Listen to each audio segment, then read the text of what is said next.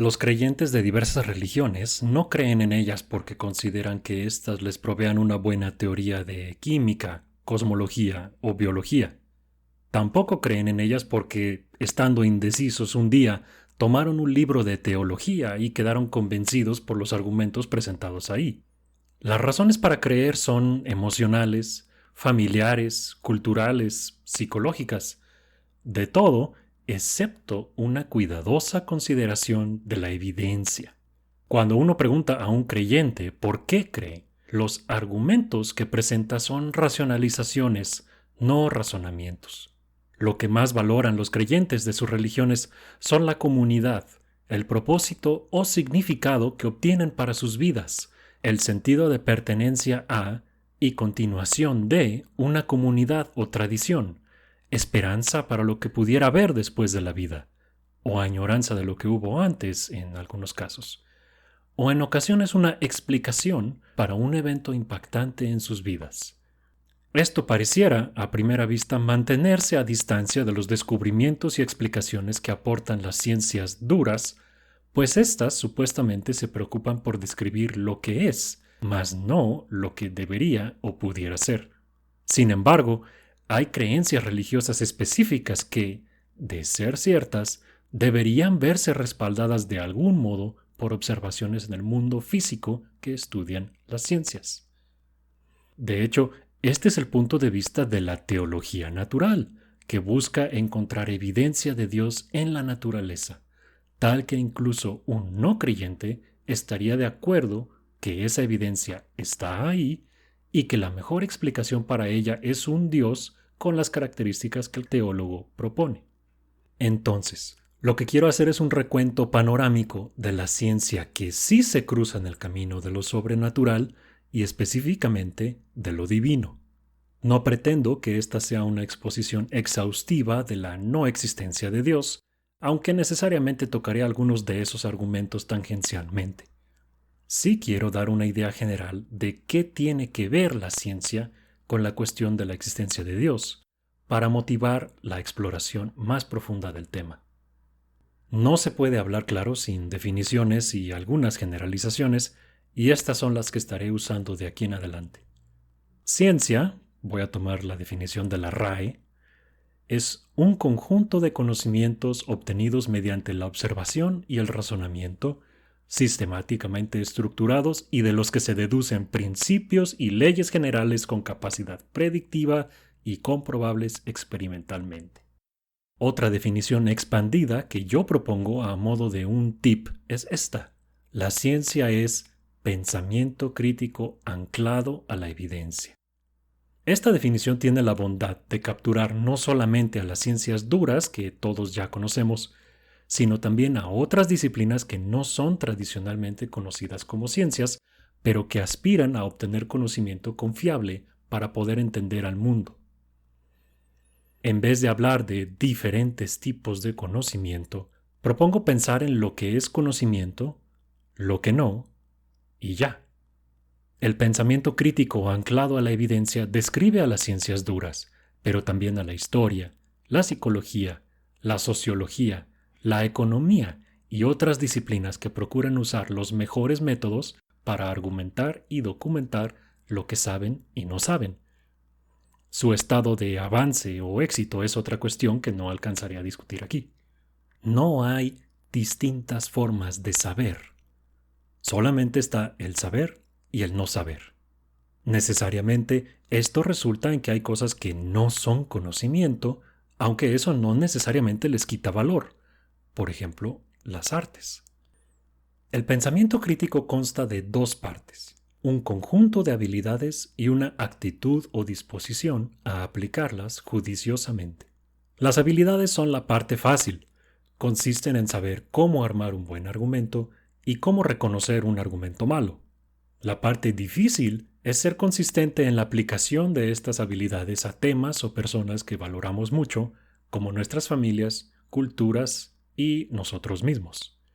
Para más sobre pensamiento crítico, ver por ejemplo a Peter Boghossian en su libro A Manual for Creating Atheists y otro artículo mío también en el sitio de Autómata.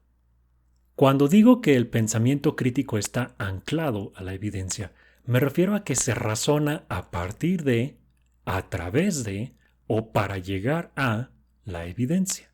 Uno busca entenderla, predecirla o inclusive refutarla, pero a fin de cuentas en algún punto se debe tocar la tierra firme de la realidad, aunque sea para decir que la realidad es otra. Evidencia, otra vez según la definición de la RAE, consta de dos partes. 1. Certeza clara y manifiesta de lo que no se puede dudar. O 2. Prueba determinante en un proceso. El sentido que estaré usando es más bien el segundo, agregando que no toda la evidencia es igual de buena. Por ejemplo, en una disputa de paternidad, una sola prueba de ADN es más contundente que cualquier testimonio. Por último, en lo que sigue estaré tratando con un teísmo mínimo que se ajusta a la definición propuesta por teólogos como Richard Swinburne. Hay un solo Dios, que es una persona incorpórea, un espíritu, que es eterno, perfectamente libre, omnisciente, omnipotente, perfectamente bueno y que creó y sostiene todo aparte de sí mismo. Esto lo pueden ver en el libro de Richard Swinburne, The Existence of God. El ateísmo, sin abundar en más complicaciones, es no creerle al teísmo. ¿Cómo procede la ciencia? En general, la ciencia avanza por un proceso de eliminación. Las ideas que tienen poder predictivo y explicativo sobreviven y las que no son descartadas. En el camino, además, se acumulan observaciones empíricas como la masa del electrón, la descripción de reacciones entre ciertos reactivos, los genomas de organismos, la existencia y temperatura de la radiación cósmica de fondo, dinosaurios, etc. Una vez que estos hechos empíricos, la evidencia, son observados y confirmados, permanecen prácticamente para siempre. Lo que sí cambia con el tiempo son las explicaciones, o sea, las teorías, con las que entendemos e integramos esos datos en una visión coherente. Cuando nos encontramos con evidencia que no embona bien en una teoría, nos vemos obligados a revisarla y, de ser necesario, proponer una nueva. Ojo que aunque la teoría cambie, la evidencia sigue siendo la misma. Por ejemplo, a los planetas no les importa si describimos sus órbitas en términos aristotélicos, newtonianos o relativistas. Ellos se siguen moviendo igual. Después de algunos cientos de años de práctica, la ciencia ha aprendido la lección de que los humanos no somos suficientemente inteligentes para entender al mundo solamente pensando. Debemos salir al mundo y comparar lo que pensamos con lo que realmente hay, hacer experimentos y estar atentos a los sesgos conscientes o inconscientes que tenemos. Por esto, la ciencia ha implementado mecanismos de control de calidad que, si bien no son perfectos, a la larga resultan en aproximaciones cada vez mejores de lo que realmente hay allá afuera. Ha habido varias ocasiones en la historia en las que los científicos estuvieron confiados de estar próximos a terminar de descubrir y entender todo, para luego toparse con que estaban muy, muy lejos de ello. Por esto, se ha llegado en la ciencia a una regla general de abstenerse de hablar de tener la verdad o la realidad, así con mayúscula, en favor de simplemente discutir lo más probable o lo que mejor funciona. Sin embargo, por más pequeño que pudiéramos considerar el total del conocimiento absolutamente sólido que haya acumulado la ciencia, la cantidad de datos empíricos que la ciencia sí ha descubierto y las teorías que sí ha descartado ya son más que suficientes para hablar sin rodeos sobre muchas cosas, entre las cuales se encuentra lo sobrenatural. En las ciencias duras, el debate sobre lo natural y lo sobrenatural ya se terminó. El naturalismo ganó. Acudan a un congreso de física, química, biología, medicina o neurociencia y notarán que nadie menciona para nada a ningún dios ni espíritu más que metafóricamente si acaso. Esto no es una casualidad y no se debe a que los científicos hayan evitado el tema o se dediquen solamente a explorar el mundo natural. algo conocido entre algunos apologistas creyentes como naturalismo metodológico, que es la exclusión en la ciencia de las explicaciones sobrenaturales en principio. Se debe a que sí se han estudiado las alternativas sobrenaturales, encontrándose que son incoherentes y o fácilmente refutadas. Un breve ejercicio mental. Paso 1. Piensen en una explicación natural para algún fenómeno y que haya sido reemplazada por otra explicación, también natural, pero mejor. Con un poco se les ocurrirá algo. Ya mencioné la trayectoria de la mecánica aristotélica a la newtoniana a la relativista, por ejemplo. Otro ejemplo es la biología de Lamarck cediendo ante la de Darwin. Paso 2. Ahora, piensen en una explicación natural que haya sido reemplazada por una explicación sobrenatural mejor. No pueden. Y tercer paso, finalmente, antes de que siquiera termine de describir lo que tienen que hacer, ya pensaron en uno o varios casos de explicaciones sobrenaturales reemplazadas por otras naturales. Y notarán que una vez hecho este cambio, nunca se regresa. No hace falta usar lo más reciente o sofisticado en la ciencia para ilustrar este punto. Tomemos al dualismo cartesiano, por ejemplo, según el cual hay una separación entre lo físico y lo no físico, digamos entre el cuerpo y el alma o, si prefieren, entre el cuerpo y la mente. Esta visión inmediatamente se encuentra con un problema básico. ¿Cómo puede lo no físico interactuar con lo físico? Por ejemplo, cuando describimos los movimientos de nuestro cuerpo en términos de fuerzas, momentos y masas, o el funcionamiento del cerebro según impulsos eléctricos y conexiones neuronales, ¿qué hace falta en nuestra descripción para poder incluir el efecto mágico de la mente sobre estos? ¿En cuál ecuación voy a poner al alma, pues? Cuando logramos resultados experimentales espectacularmente precisos en cuanto a la correspondencia de lo medido con lo calculado, en teoría, y cuando esa teoría no incluye nada sobrenatural, ¿qué podemos concluir sobre la existencia de lo sobrenatural? Cuando se afirma que existen cosas sobrenaturales que interactúan con o inclusive dirigen a las naturales, se está haciendo la declaración implícita de que la física, química, biología, etc., que conocemos está mal o al menos incompleta. En cierto sentido, esa última parte ya la sabemos. Por eso gente como yo tiene chamba todavía. Pero el problema para lo sobrenatural no es solamente que depende para su supervivencia de refugiarse en lo que no sabemos, que es cada vez menos.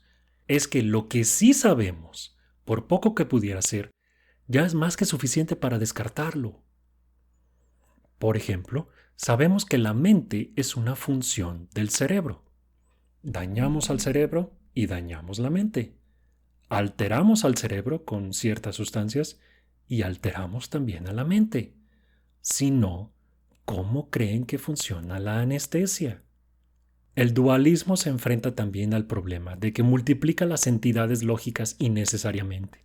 Sin el dualismo, tenemos un mundo físico que es extenso y complicado de entender y habrá cosas que no podremos explicar tan fácilmente, tal vez nunca inclusive.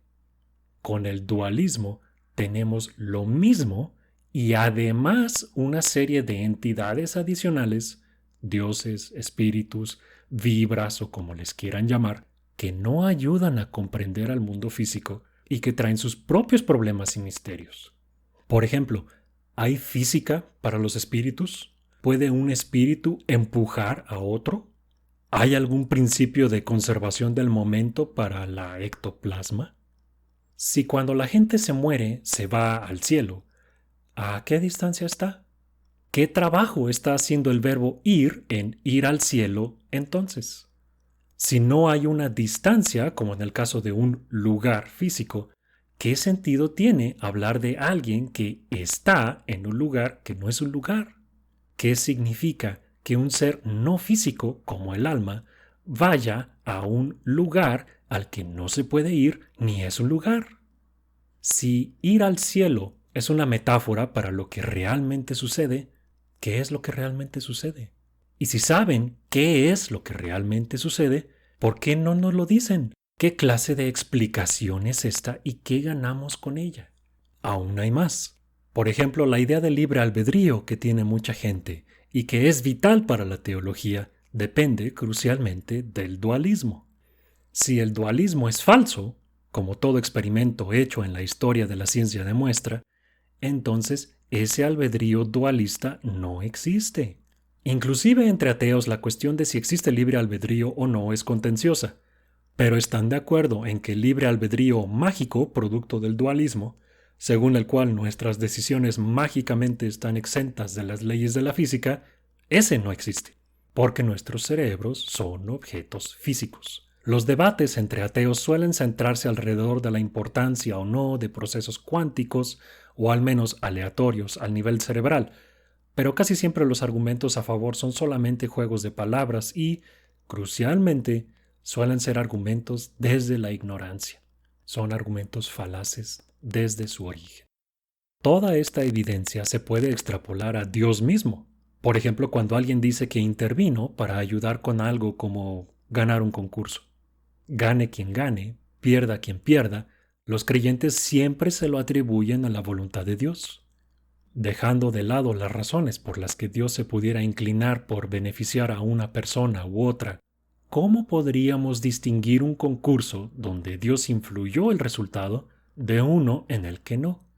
¿Cómo puede distinguirse entre algo que existe, pero no se manifiesta nunca, y algo que simplemente no existe? Cuando se hacen estudios serios, como el de Benson en 2006, vean el artículo escrito para la referencia, en el que la gente con una condición médica seria recibe oraciones por su mejoría, y cuando los resultados son negativos, no hay diferencia entre los pacientes que reciben oración y los que no, ¿cómo debemos interpretar este resultado? Es un ejemplo claro de un agente sobrenatural que se pone a prueba y no la supera.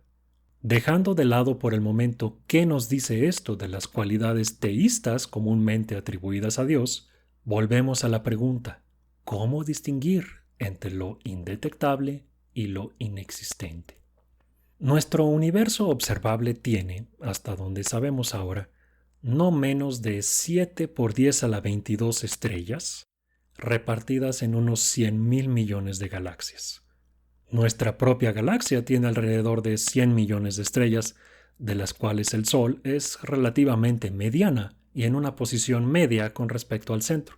Viajando a la velocidad de la luz, 300.000 kilómetros por segundo, la estrella más cercana está a 4 años de distancia, y el tiempo que tardaríamos en cruzar la galaxia completa de un extremo a otro es de unos 100.000 años. Hablando de distancias, el tiempo que nos tomaría recorrer el universo observable que mencioné al principio es de unos 90.000 millones de años, de nuevo a la velocidad de la luz. En nuestro propio planeta, la vida surgió hace no menos de 3.500 millones de años, según fósiles de microorganismos encontrados en fuentes hidrotermales. Durante los primeros 2.000 millones de estos años, no hubo más que bichos unicelulares y las primeras plantas terrestres aparecieron hace unos 450 millones de años, seguidas de los primeros animales terrestres hace 400 millones. Los dinosaurios se extinguieron hace unos 65 millones de años, oportunidad que entonces aprovecharon los mamíferos, y algo que ya parecía un homínido se podía encontrar hace unos 6 millones de años. En fin, ya saben el punto de esta cronología. O tal vez no.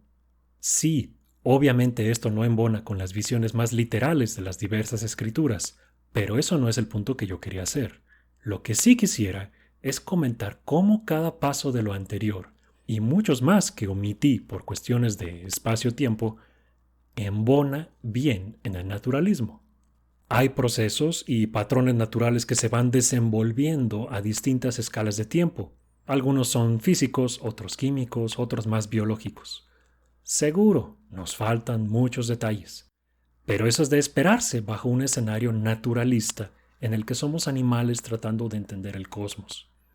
Si un agente divino, digamos un dios como el del teísmo mínimo que consideramos, fuera a diseñar un universo, ¿qué hubiera hecho diferente? En este punto, la teología suele hacer todo lo posible por asimilar la mejor ciencia y tratar de hacerla reflejar lo que su Dios hubiera hecho. Noten que esto implícitamente establece que la religión se valida con la ciencia, porque concede que esta última es la que rifa y no al revés. Una vez que un dato aportado por la ciencia se solidifica, los teólogos se apuran a decir que todo es tal y como ellos habían dicho desde el principio, solo que realmente nunca lo dijeron. Para ser justos, algunos teólogos como el anteriormente mencionado Swinburne creativamente se zafan de esto diciendo que, claro, lo que resulte científicamente correcto es lo que su Dios hizo. Qué conveniente. Ahora podemos, entonces sí, llegar al tuétano de esta plática. No hay evidencia de intención en nada de lo que se ha descubierto en la ciencia acerca del mundo natural. Si vamos a señalar lo adecuado que parece nuestro hábitat para que pudiéramos vivir y mantenernos en él, entonces tenemos que hacer una pequeña inversión de lógica y preguntar qué es más probable. Que el universo es como es porque así iba a ser de todos modos y que nosotros nos adaptamos por un mecanismo que ya todos conocemos, o que todo este desperdicio de espacio, vida y energía haya sido para nuestro entretenimiento. De nuevo, el primer escenario es fácil de absorber en el naturalismo, pero en el teísmo uno se tiene que preguntar por qué, si Dios es un agente perfectamente libre que todo lo puede hacer, escogió un camino donde su presencia fuera tan redundante. Insisto, ¿cuál es la hipótesis nula que propone el teísmo ante lo que sabemos del origen, estado actual y futuro de nuestro universo y nosotros mismos? ¿Cómo hubiera sido diferente un cosmos sin Dios? Y, más importante aún, ¿cómo lo saben? Si el teísmo va a proponer un universo natural y adicionalmente un Dios eterno que lo creó y lo sostiene, ¿qué logran explicar que no se explica si simplemente el universo mismo es eterno y se sostiene a sí mismo y ya?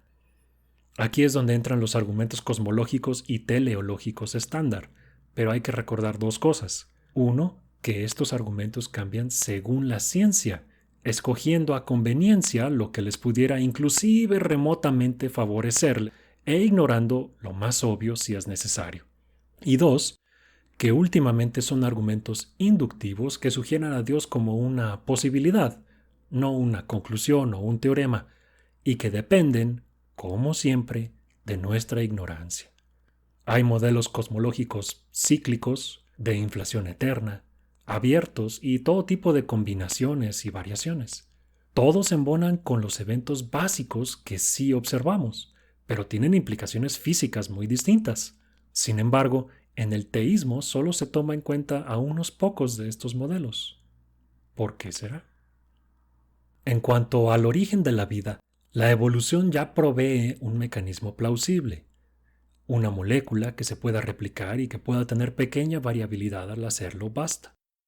Las moléculas no se fosilizan, así que no es tan fácil encontrar evidencia de que esto fue lo que sucedió, pero ya hay gente trabajando en eso.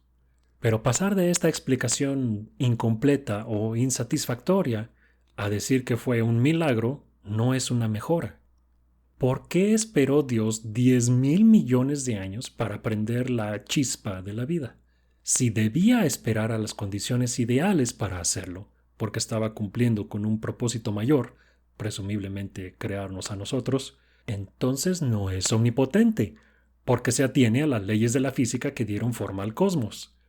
Aun si Él mismo creó las leyes, ¿cómo sabemos que el propósito fuimos nosotros? ¿No pudo crear leyes mejores? ¿Han considerado que tal vez a Dios le gusta la pirotecnia alrededor de los agujeros negros y una consecuencia secundaria de la física que los produce son algunos bichos como nosotros? Si Dios es eterno o absoluto o como le llamen, y en algún momento, por alguna razón, creó la física que dio lugar a nosotros, ¿por qué no ahorrarnos un paso y plantear absolutos físicos y ya? Si Dios planeó todo para que estuviéramos aquí, ¿por qué su plan es idéntico a un plan donde no hay plan? No hay ninguna señal de propósito o intención personal en el mundo natural, salvo la de nosotros y algunos otros animales, como un gato que tiene la intención de matarnos. Durante 13.800 millones de años no estuvimos aquí y todo indica que al universo no le importó para nada, ni le importará cuando ya no estemos. Si parece demasiada coincidencia que cosas tan fregonas como nosotros estuviéramos aquí, consideren que el universo ha estado lanzando dados atómicos durante todo este tiempo. A algo le tenía que atinar, y probablemente ya lo hizo múltiples veces. Ahora, hay buenas y malas noticias. No hay evidencia ni lógica suficientes para pensar que estamos aquí por algo además de patrones en las leyes del universo. No hay evidencia ni lógica suficientes para deducir, o siquiera inferir, un agente divino que haya diseñado o causado el universo que observamos, ni que espere cosas de nosotros. No hay evidencia ni lógica suficientes para pensar que haya algo después de la muerte, ni mucho menos para evaluar si será mejor o peor que lo que vivimos aquí y ahora. Sí hay una abundancia de evidencia de que el universo opera según leyes naturales y comprensibles, y de que los humanos inventan cosas con tal de no quedarse callados mientras algunos de ellos llegan a la comprensión. El cosmos está hecho de partículas fundamentales que viven en el espacio-tiempo y las cosas que pueden emerger de sus interacciones. No les importamos, porque no tienen la capacidad de reconocer la importancia o la bondad o la belleza. Pero nosotros sí. Por accidente o inevitabilidad, ya estamos aquí. Si no hay una guía de cómo seguir adelante en este mundo, pues hagámosla. Existe una realidad, y ya pudimos hacer con ella muchas cosas, algunas buenas y otras no tanto. Quedémonos con las buenas. Ya sabemos cuáles son. Hemos encontrado y descartado muchas cosas, pero no sabremos qué más podemos encontrar si no miramos. Algunas cosas serán útiles y otras no. Algunas cosas nos harán bien y otras podrían destruirnos. A diferencia de otros seres que han estado en este planeta hasta ahora, nosotros tenemos la oportunidad de decidir qué hacemos con él y con nosotros mismos. En una cadena de causas y efectos que se remonta al menos 13.800 millones de años, nosotros nos encontramos ante la posibilidad de entender cómo es que estamos aquí y podemos usar ese conocimiento para seguir estando aquí, si así lo queremos.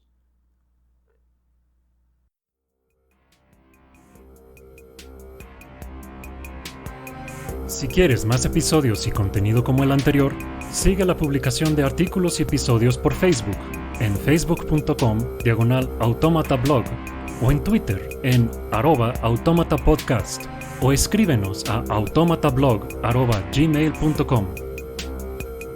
El podcast es posible gracias a tu apoyo. Si te agradó lo que escuchaste, puedes donar al podcast visitando la página de apoyo en superautomata.blogspot.com o puedes hacer un donativo mensual visitando patreon.com/automatapodcast. La música es Tyrant, cortesía de Kevin MacLeod de filmmusic.io y lleva una licencia Creative Commons 4.0. Yo soy Héctor Mata. Gracias por escuchar.